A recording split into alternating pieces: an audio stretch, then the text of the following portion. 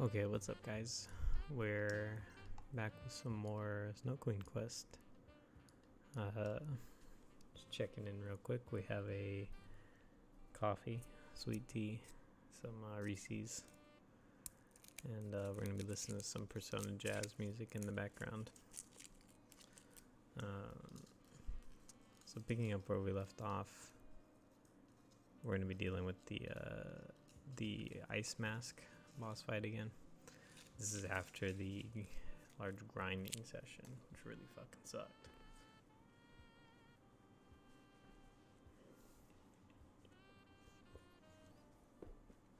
And I would be completely lying if I said that the grind was smooth. It was a lot of me saying one day that I was gonna grind and then not, and then like starting and then stopping, and it was not a greatly fun experience.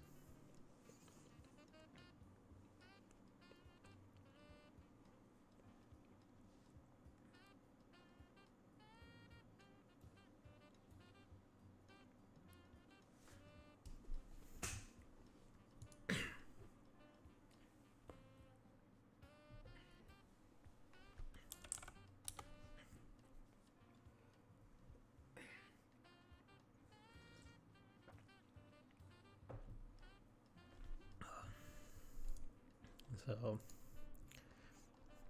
I don't remember if I mentioned this the last time, but this boss does have some weaknesses, of course.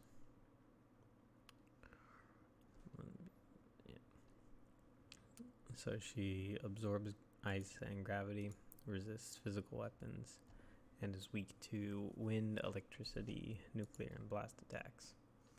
So, one kind of mistake that I did make was that I had just used personas before this. So, some of my party members are not like as strong as they could be because they're still learning skills, which you saw at the beginning of the fight.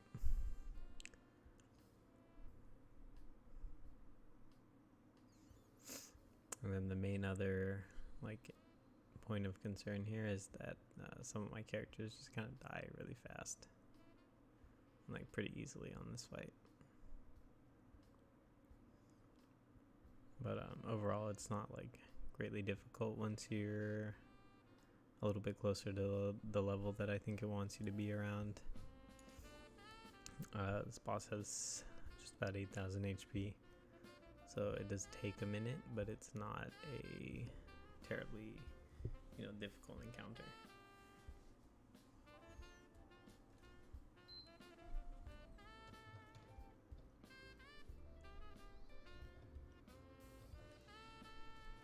So I'm messing with the music volume a little bit because I feel like it's too loud, and then I feel like maybe it's too quiet.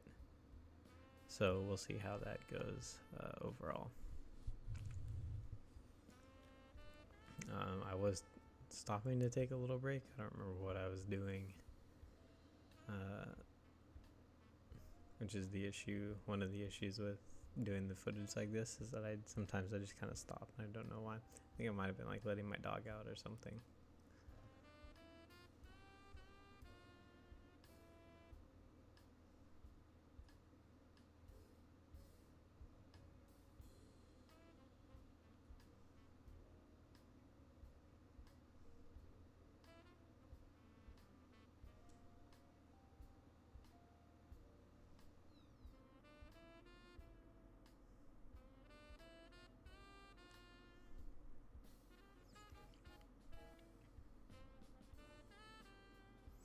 But once I get access to Mazanma and Sunrai Geki, this fight really kind of just breezes through.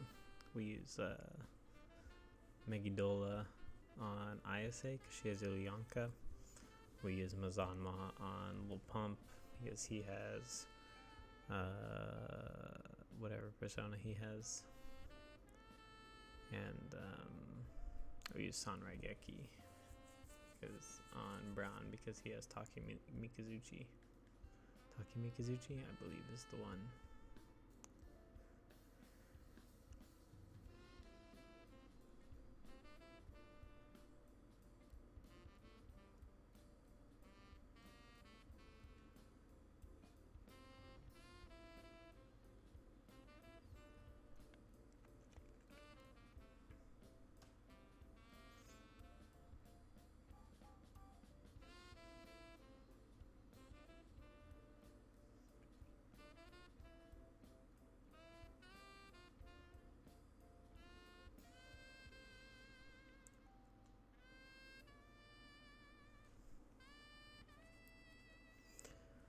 So, uh, yeah, that is the main gist of this boss fight. I do like to stock up on Balm of Lives overall in this playthrough. I do that quite a bit. I do that because I'm prone to just dying very randomly. Like characters just kind of die. So by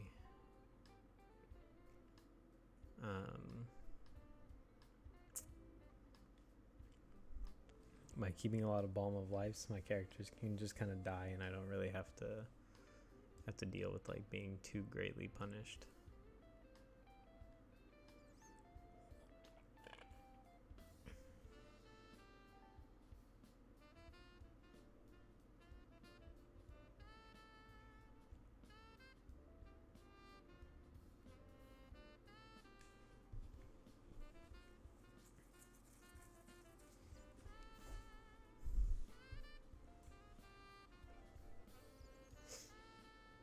And then this boss fight will just kind of continue the same. It's already at 2 times speed, or I'd speed it up a little bit more. But this was a pretty long encounter.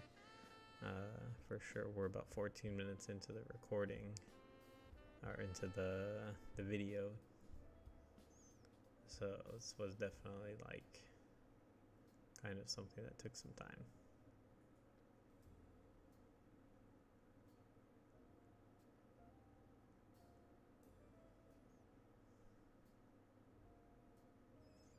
I was not, however, like all that upset about it, because I was just happy to get past it. It meant that I could progress.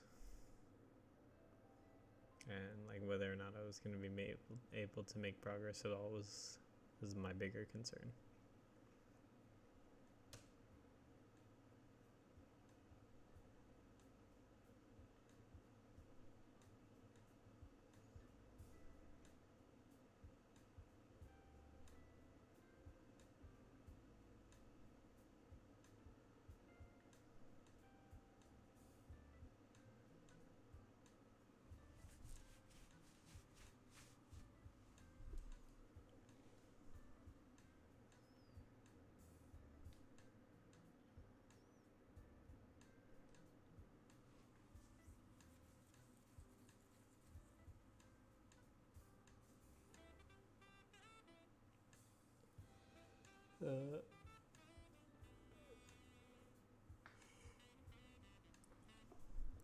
Another thing to watch out for in this fight is actually paralysis. This boss likes to paralyze people.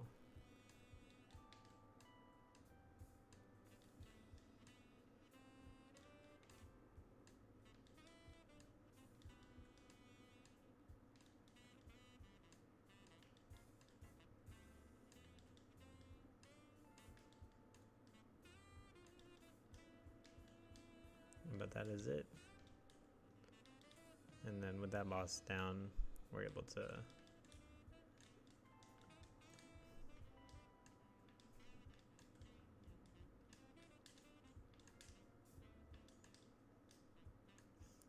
really start getting through some of this progress here.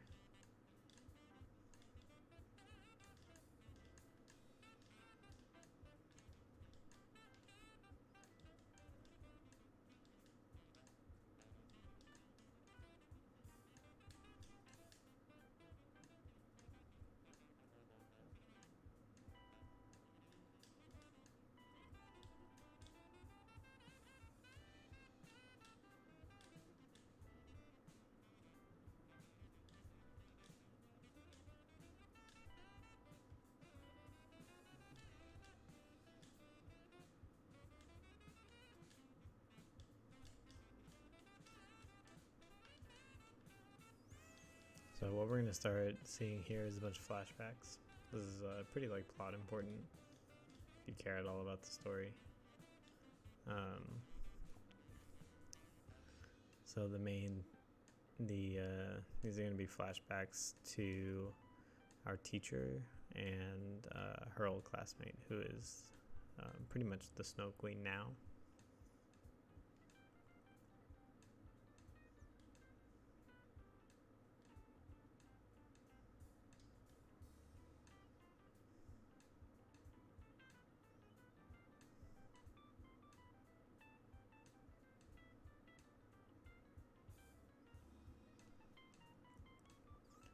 And so what's happening is when they were in school,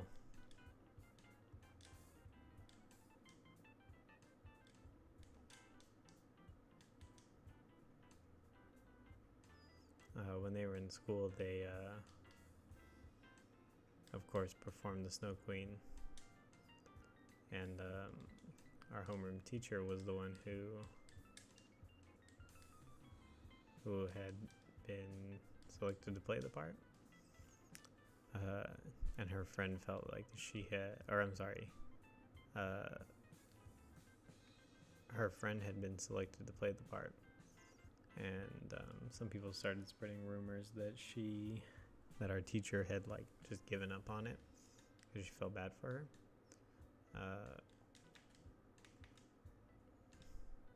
Which is not cool.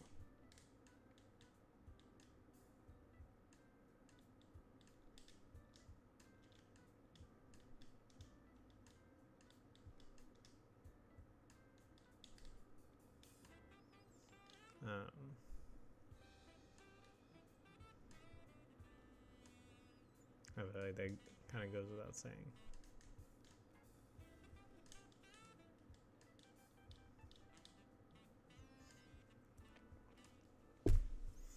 And so she gave herself up to the Snow Queen, and that was pretty much the last time that the Snow Queen was performed. What we find out at the end was that actually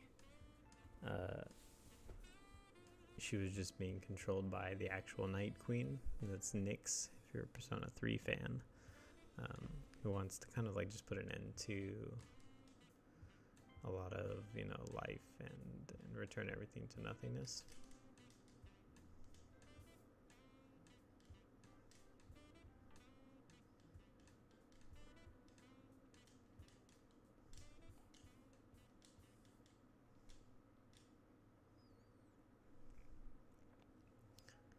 So,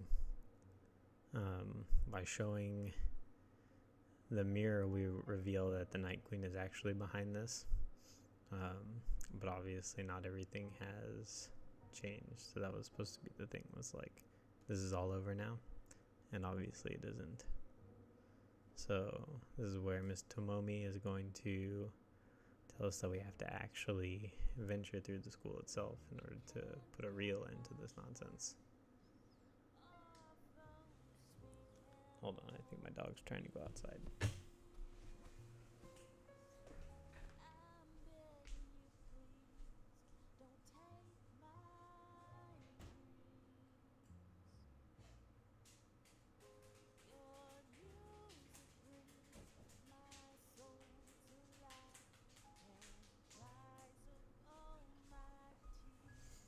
I was right.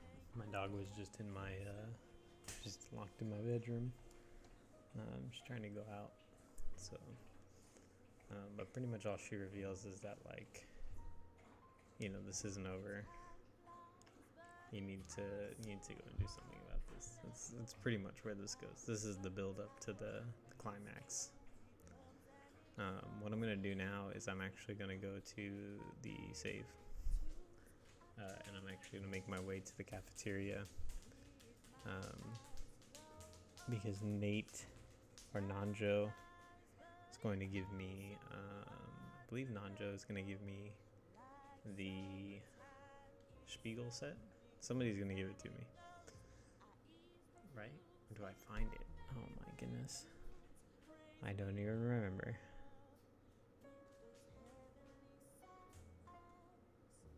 Yeah, I'm sorry. You go to the cafeteria.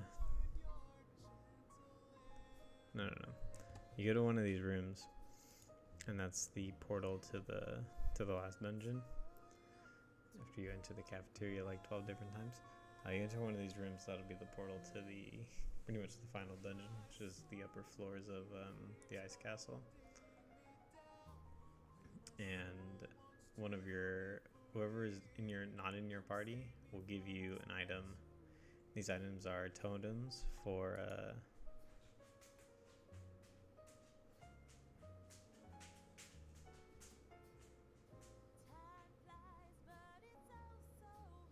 Yeah, these items are going to be just like big fusion items. So we enter into this big ball of light in the center, and now we're on the second floor. Now we can actually progress, and this dungeon sucks. This is very similar to like the forest in the main game, where there's just a lot of like spots on the floor that just sends you in other directions.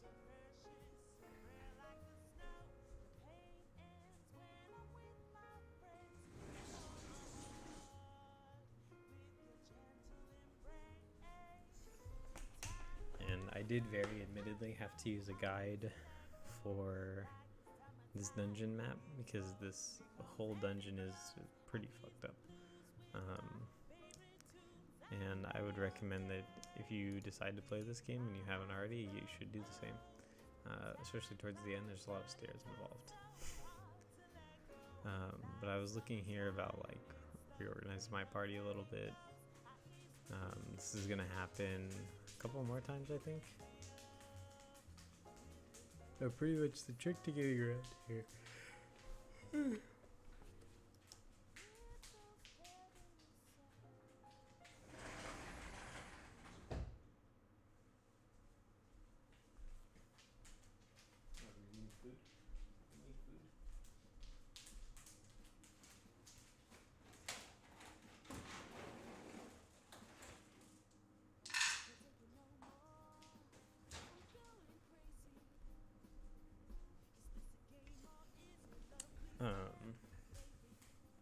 The trick to navigating the lower parts of this dungeon is actually just running around and getting turned around, and then trying to find the ways that won't turn you around. But the staircase is actually in the far corner, which is kind of what makes this a little difficult.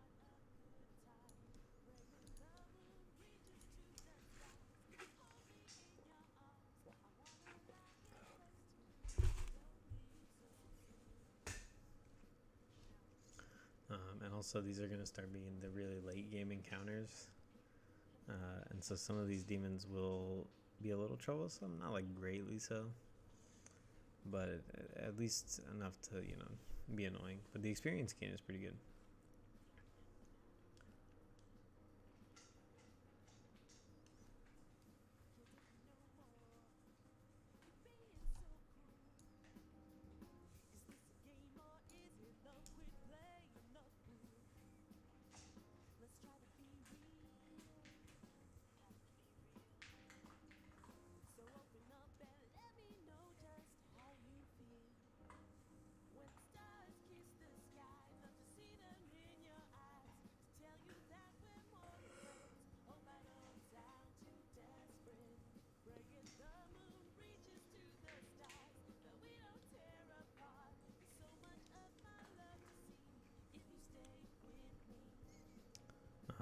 But it does also mean that we're going to spend a lot of time like trying to figure out the ins and outs of a lot of these enemies.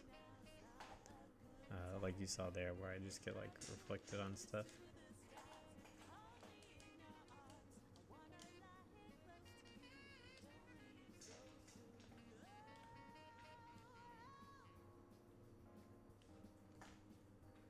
And that's going to be something that we end up revisiting quite a bit.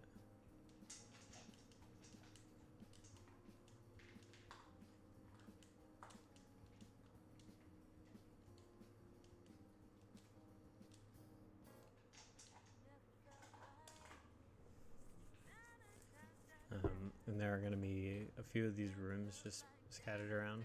Some of them are important, and some of them are less important.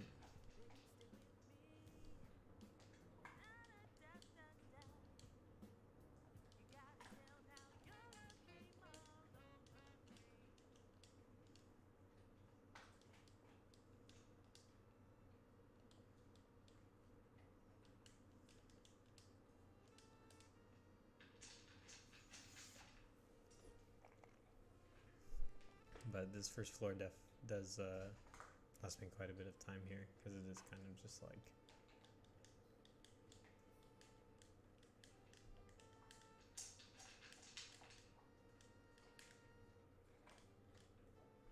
it is just kind of like, I don't want to say like super annoying, but it's a little bit more cluttered. This is just another room. This has the Raihos, which is cool. One thing that doesn't happen in this run is the Ambrosia stuff to get ultimate personas, which is done through the Raihos in this game, or in this version. You have to have a bunch of Ambrosia that you get for doing the dungeons in certain orders. And then when you have that Ambrosia, you just take it to them in a very specific spot in the dungeon.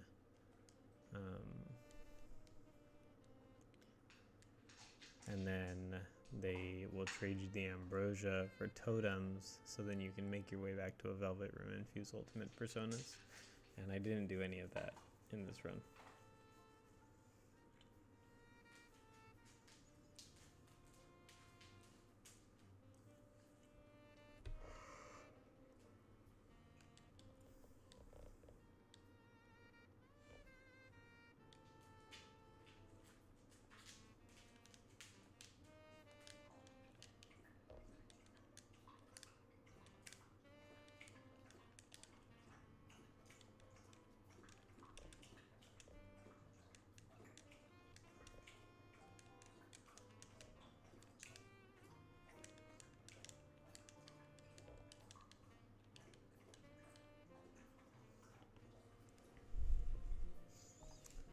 So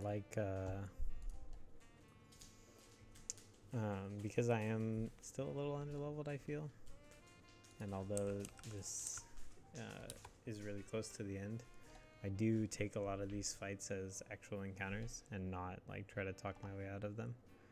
The reason I do that is to get experience. I was feeling like there was going to be another small grind involved, and I was actually right, which I didn't like very much, but it has to happen.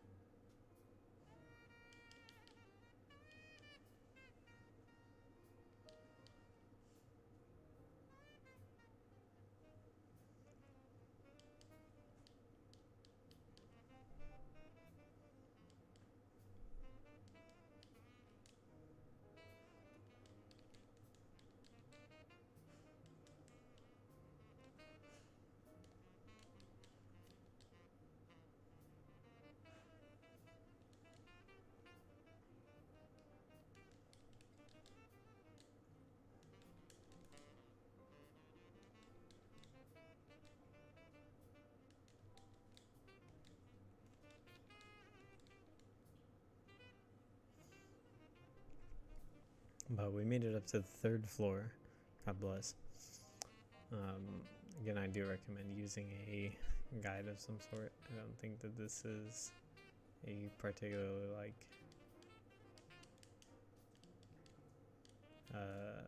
straightforward area to be in.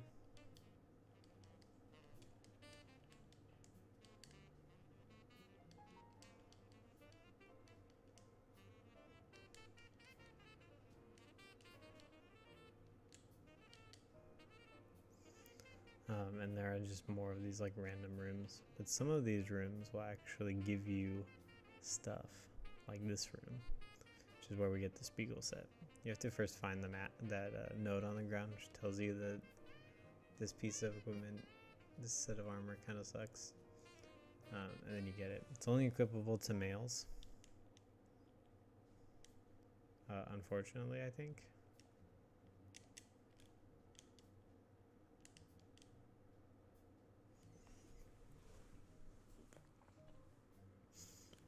But it is a pretty decent set of equipment.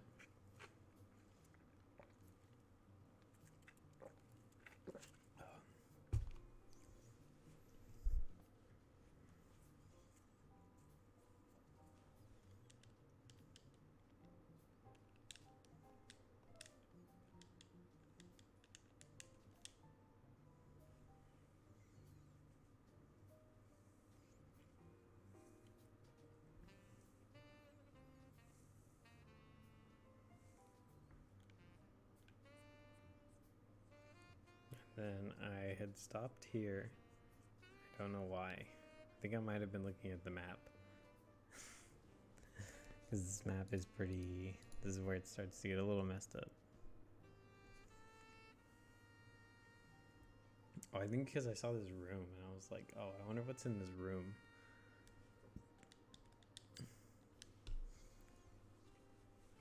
And naturally, I saw it and I was like, I need to explore a little bit. This does get a little weird. There's gonna be points where we're like running across the map to get to certain areas.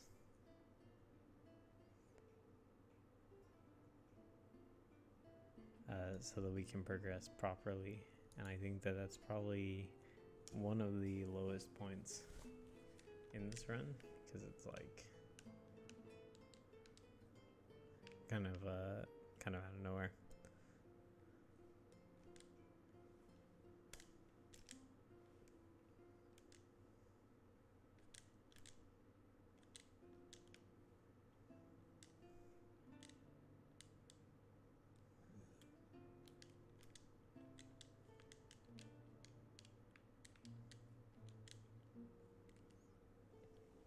So this is another point where I'd stopped to look at the map, but I'm actually also going to stop the video here. And we'll see you guys next time as we keep on working our way through this godforsaken final dungeon. This is probably the worst final dungeon I've ever done in a video game. It's fucking terrible. So we'll see you guys next time.